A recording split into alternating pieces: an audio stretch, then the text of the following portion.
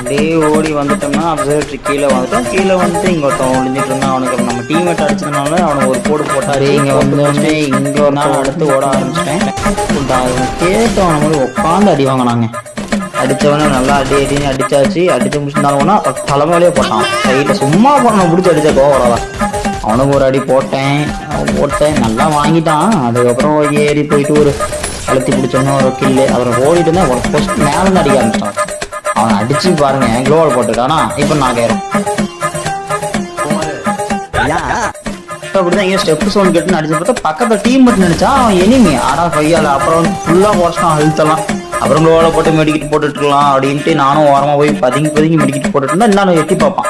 அவனை சுடலான்னு பார்த்தா இன்னும் குளோவலை போட்டு மெடிக்கிட்டு போட்டுட்டு போனான். நம்ம டீம்மேட் ஒருத்தன் ஒரு வேலை பண்ணுவான் பாருங்க.